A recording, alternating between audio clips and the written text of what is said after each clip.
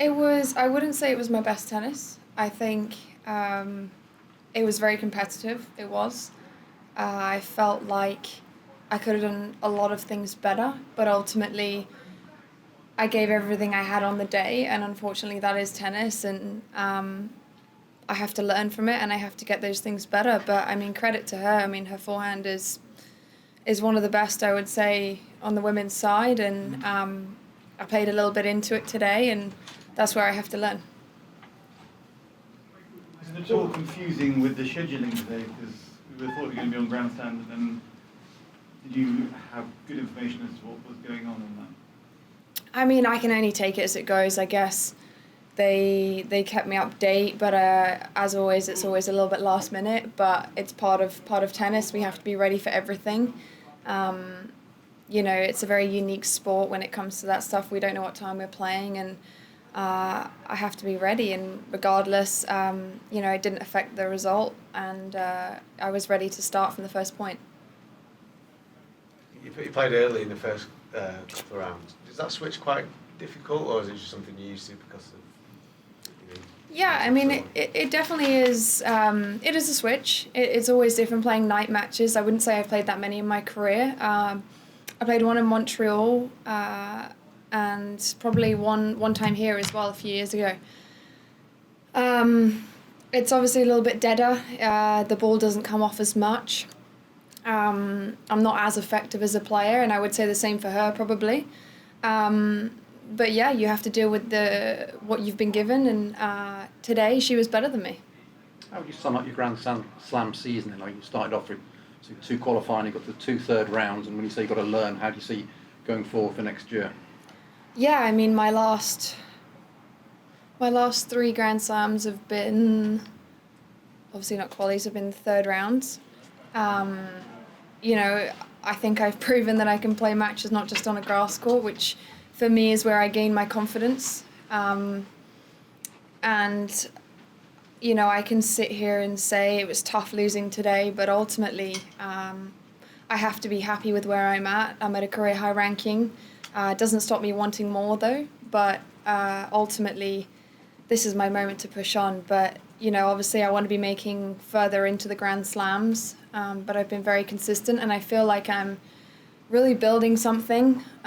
It's not going to be one Grand Slam. I'm not going to be that person, but I'm slowly building something, and that is where I get my satisfaction.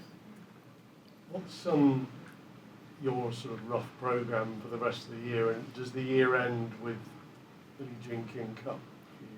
I actually haven't had that conversation at all. I haven't gotten to Asia yet.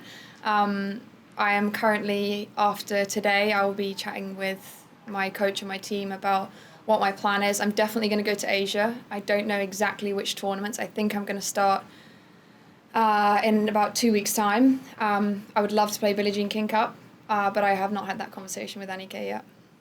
Okay, can you just describe, the past month, what it's been like to be around the main tour and be a permanent fixture in a way? Because I think I remember 3-4 months ago watching you on a stream playing in Japan, like ITFs and stuff, not many people there. Just what is it like to be around this sort of scene? Yeah, it's obviously very different. I played some 40Ks at the start of the year. I've played a lot of WTAs. I played a lot of Grand Slams, a lot of qualies of Grand Slams. All very different, all tough matches in completely different ways. Obviously, this is the pinnacle of sport, playing the Grand Slams. This is where I want to be, playing main draws, getting to the second week of those. That's obviously an aim for me. But, I do relish these opportunities. I've played the tough stuff and I've really earned my place here, and I feel like I have to enjoy it, and I really do enjoy it. So, playing those matches, whether it's a win or a loss, I'm so grateful to be in this position where I am now, because I've been through the other stuff as well. Katie, Jack Salas, Brit standing in a singles draw. There must be some positivity there, and what did you make of his run? I mean, what he's done,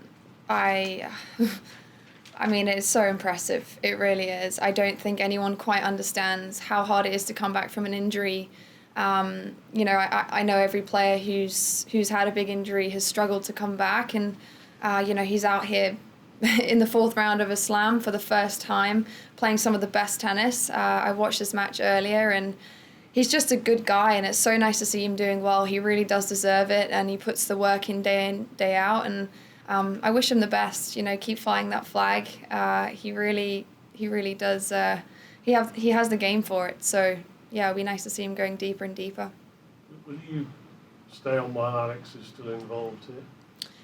Yeah, I'm not sure. I would obviously love to. I don't know my exact schedule yet. I will. You'll watch Jack as well. I'll be watching Jack as well, I'm sure. I am a huge fan of Jack as well. So obviously Alex might take priority over Jack on scheduling times if they play at the same time. But I'd happily come out and watch the Brits, and I'm always going to be an advocate for that. And but I've got to have a conversation with my coach about what she's going to allow me to do, how many days off tennis, how many days off fitness. And, sitting here right now, I'm already keen to be back in the gym tomorrow and get myself better. So, it is definitely a good moment for me to reflect on it and really take the positives and the negatives of today and this week and keep building. So you could say it kind of makes you hungrier to have nights like tonight. Yeah, I mean, tonight hurt me. I won't lie. It was tough walking off that court, but that is what makes me a better tennis player. It is. I'm hungry for so much more. If this year has shown me anything, that I want more, and I really want to be greedy. I do. I want to get to a place where I feel like I'm satisfied, and I'm not there yet. I'm happy, and I'm appreciative of the moment that I'm at my career high, but I've got so much more work to do, and I don't feel like I've reached my maximum potential yet. And I'm going to keep building until I get it, no matter how long it takes me.